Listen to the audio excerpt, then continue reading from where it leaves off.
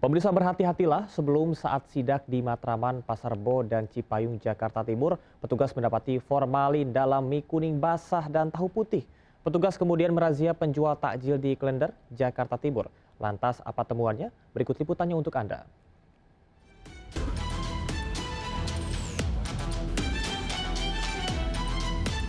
Satu persatu pedagang makanan takjil di sekitar Pasar Perumnas Klender, Jakarta Timur diperiksa petugas gabungan. Sampel makanan diambil dari para pedagang untuk diuji. Hasilnya dipastikan tak ada makanan yang mengandung zat berbahaya seperti formalin, borak, rodamin, dan pewarna sintetis. Dan juga tidak menggunakan bahan-bahan pengawet atau zat pewarna tekstil, dan juga bisa memberikan kepada masyarakat bahwa makanan yang mereka jual aman. Sebelumnya saat sidak di kawasan Matraman, Pasar Rebo, dan Cipayung, petugas menemukan kandungan formalin dari mie kuning basah dan tahu putih.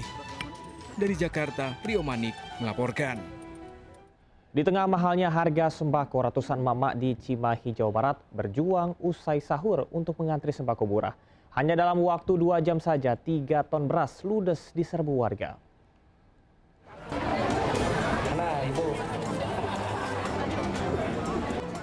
Ratusan emak-emak di kota Cimahi, Jawa Barat ini rela antri usai sahur pagi tadi demi mendapatkan sembako murah yang digelar di kantor Samsat Cimahi.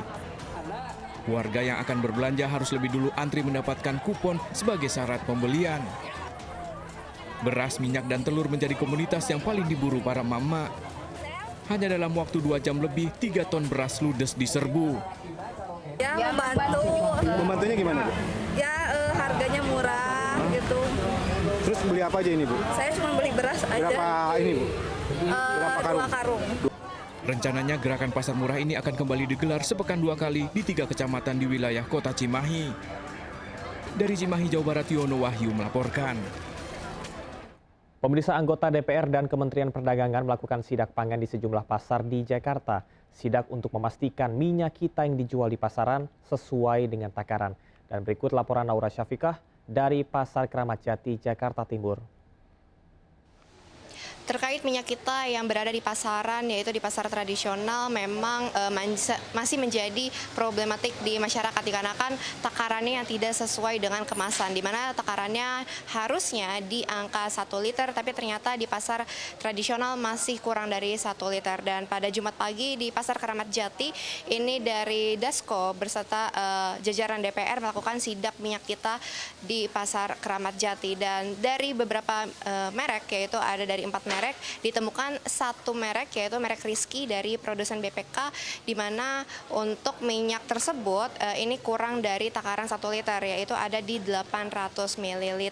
Kemudian juga tidak hanya dari takaran yang tidak sesuai, dicek juga untuk tanggal kadaluarsanya tidak tertulis.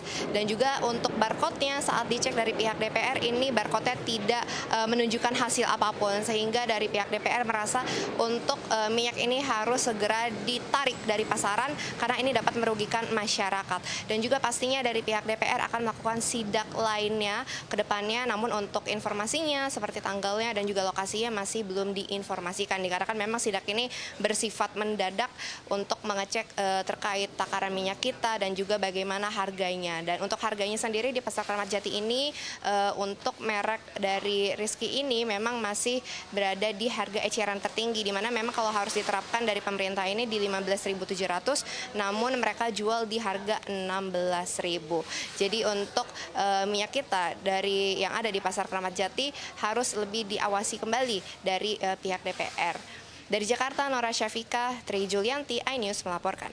Pemirsa, 2 kali ditolak gugatan pra-peradilannya, Sekjen PDI Perjuangan Hasto Kristianto hari ini menjalani sidang perdana di Pengadilan Tipikor Jakarta Pusat. Hasto didakwa merintangi penyidikan kasus dugaan suap Harun Masiku. Hasto menilai sidang kasus dugaan perintangan penyidikan yang menjeratnya merupakan kasus yang dipaksakan dan kriminalisasi. Hasto ditetapkan sebagai tersangka karena diduga memerintahkan Harun Masiku merendam ponsel dalam air dan melarikan diri dari operasi tangkap tangan. Selain perintangan penyidikan, Hasto juga diduga memberikan suap terhadap Wahyu Setiawan saat menjabat komisioner KPU. Kuasa hukum Hasto akan membacakan eksepsinya di sidang berikutnya 21 Maret mendatang. sehingga merupakan.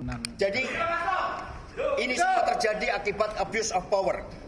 Jadi mohon doanya. Saya akan hadapi semuanya dengan kepala tegak dan mulut tersenyum. Karena proses daur ulang ini sangat kental dengan muatan politik. Terima kasih. Satyam Eva Jayate. Sementara itu, 8 jam diperiksa sebagai saksi. Mantan Komisaris Utama Pertamina Basuki Cahayapurnama mengaku data yang dimiliki Kejaksaan Agung terkait korupsi tata kelola minyak mentah ternyata jauh lebih banyak dari yang dimiliki oleh Ahok.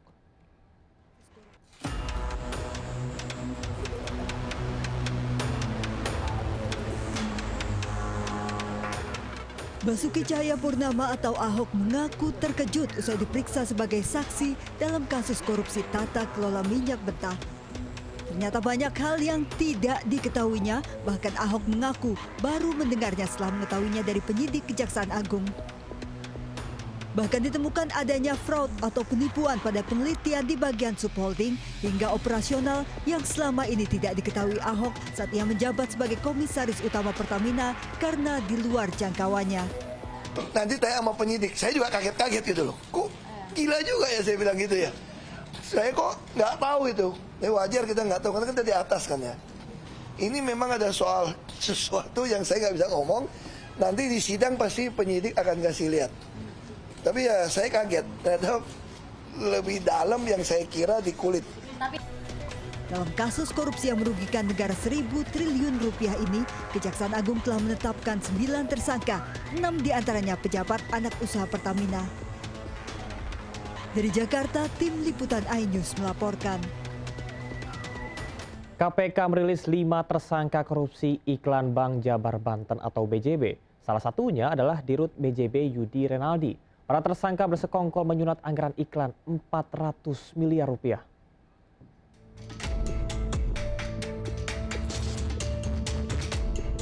KPK akhirnya mengumumkan 5 tersangka korupsi iklan Bank Jabar Banten atau BJB. 3 tersangka dari internal Bank BJB termasuk Dirut Yudi Renaldi serta 2 orang pihak swasta. Korupsi berawal saat BJB menempatkan anggaran iklan 409 miliar melalui kerjasama 6 agensi yang ditunjuk Dirut BJB. Namun ternyata realisasi iklan yang dibayarkan hanya sekitar 100 miliar rupiah.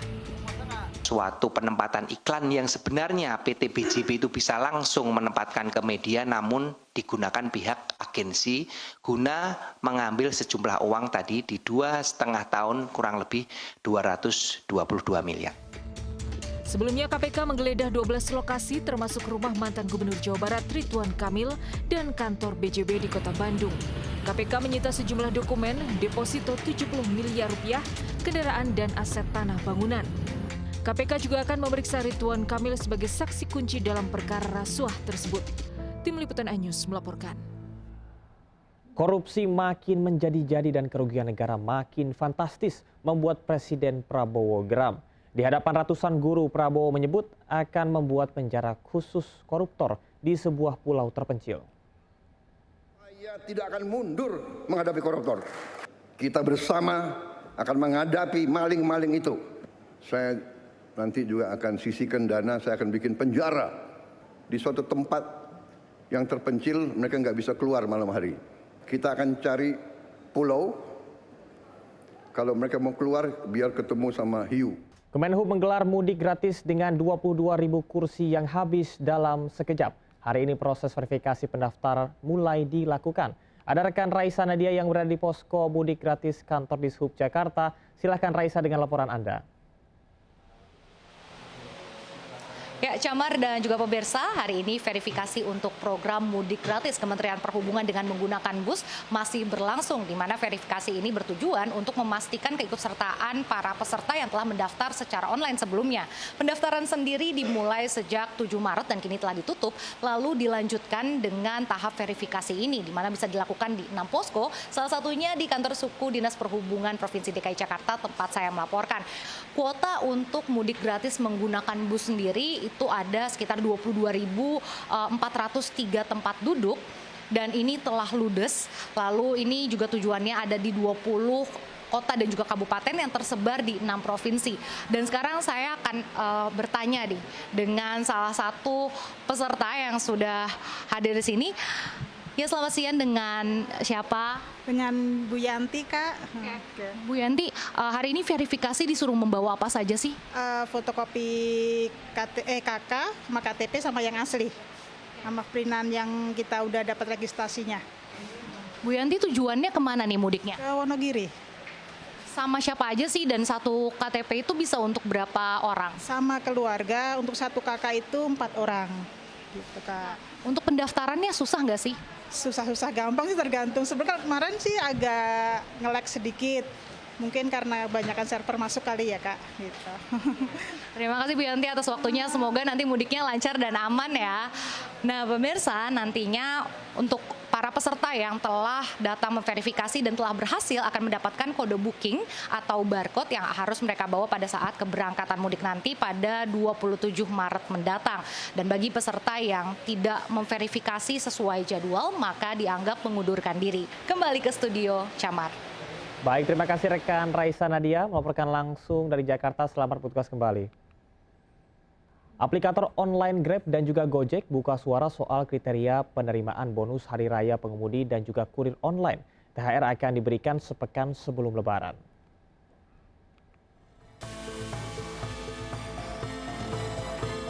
Sesuai arahan pemerintah, pengemudi dan kurir online akan mendapat tambahan pendapatan jelang Lebaran. Dalam surat edaran Menaker, besaran bonus hari raya berupa uang tunai sebesar 20% dari rata-rata pendapatan bersih bulanan selama setahun terakhir. Tapi tentu tidak semua pengemudi bisa mendapat bonus. Manajemen Grab menyatakan bonus diberikan berdasarkan kinerja pengemudi, juga disesuaikan dengan kemampuan finansial perusahaan. Kriterianya itu mempertimbangkan keaktifan dan kinerja mitra. Nah, komponennya itu ada 1, tingkat order yang diselesaikan, tingkat penyelesaian pesanan, hari dan jam online, dan rating dari pelanggan. Kalau yang namanya bonus hari raya ini harus diberikan kepada semua mitra yang pengemudi yang terdaftar, aktif atau tidak aktif, maka kami dari Grab menyatakan nggak mampu. Selain Grab, manajemen Gojek juga menetapkan kriteria pengemudi yang bisa menerima bonus hari raya, yaitu mitra yang aktif menyelesaikan order, konsisten menyelesaikan trip, dan tidak melanggar tata tertib Gojek. Tim Liputan iNews melaporkan. Pemirsa, 2 minggu menuju Lebaran, Anda sudah siapkan kue kering atau belum? Kalau belum, mungkin kue bisa menjadi pilihan. Dan berjualan sejak 1996, pabrik kue kering Pusaka Kuitang kebanjiran orderan menjelang Lebaran.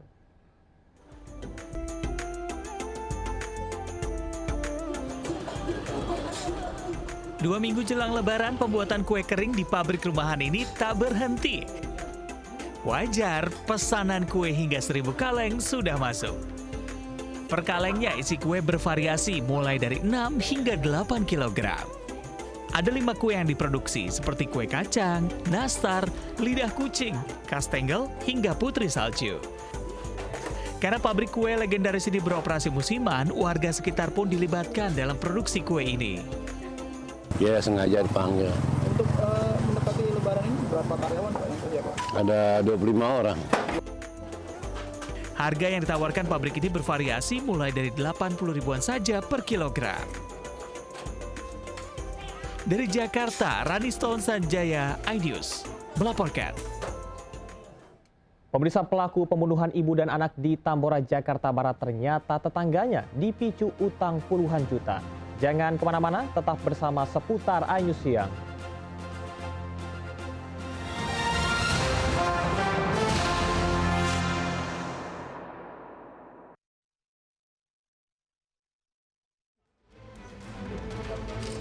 Pemirsa, Ramadan saat yang tepat untuk berbagi.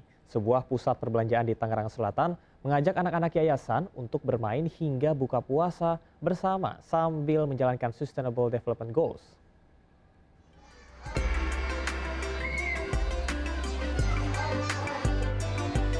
Ion Mall BSD City mengundang Yayasan Darul Mustria untuk berbagi keceriaan Ramadan tahun ini dalam kegiatan bertajuk Sahabat Senyum. Tidak hanya berbuka puasa bersama, anak-anak juga diajak bermain dan menerima donasi peralatan sekolah. Kegiatan Sahabat Senyum ini merupakan payung dari program SDGs yang dilaksanakan Pusat Perbelanjaan ini. Acara Ramadan, yaitu temanya adalah Mosaic of Barakah. Itu untuk berkunjung ke tenan kita ada di Gramedia dan juga ada Playtopia. Jadi nanti di Gramedia adik-adik ini akan mendapatkan peralatan sekolah di situ. Kegiatan SDGs ini diharapkan bisa memberikan dampak positif untuk tenan dan untuk lingkungan sekitar. Dari Tangerang Selatan, Abdul Aziz dan Di Bernardi, iNews melapor.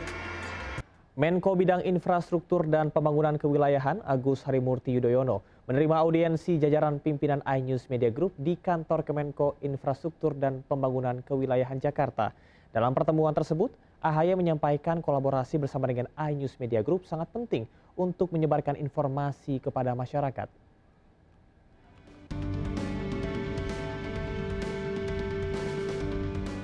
Jajaran pimpinan iNews Media Group yang dipimpin langsung CEO iNews Media Group, Angela Tanusudibyo, menyambangi kantor Kementerian Koordinator Infrastruktur dan Pembangunan Kewilayahan Jakarta Pusat.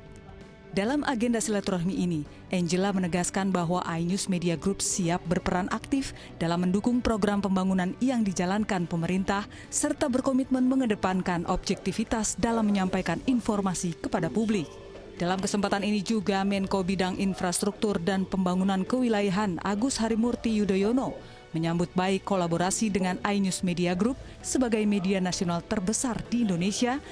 Kami berharap kita bisa berkolaborasi dan di depan mata Pak, karena kita hari ini sedang dalam bulan suci Ramadan, tentu yang terdekat adalah program mudik. Saya rasa ini juga erat kaitannya dengan salah satu bidang Bapak. Kami juga tentu membutuhkan support untuk bisa menjelaskan kepada masyarakat apa yang sedang dikerjakan, ke arah mana kita akan menuju, juga apa saja yang menjadi tantangan, agar jika kita bisa menyatukan energi bersama ini, rasanya pembangunan seberat apapun tantangannya bisa kita lalui dengan baik. Dari Jakarta, Indra Setiabudi, Indra Purnama, iNews melaporkan. Dan pemirsa, kami akhiri jumpa kita pada siang hari ini. Saya Camar Haenda bersama tim yang bertugas pamit undur diri. Tetap semangat, selamat puasa, sampai jumpa.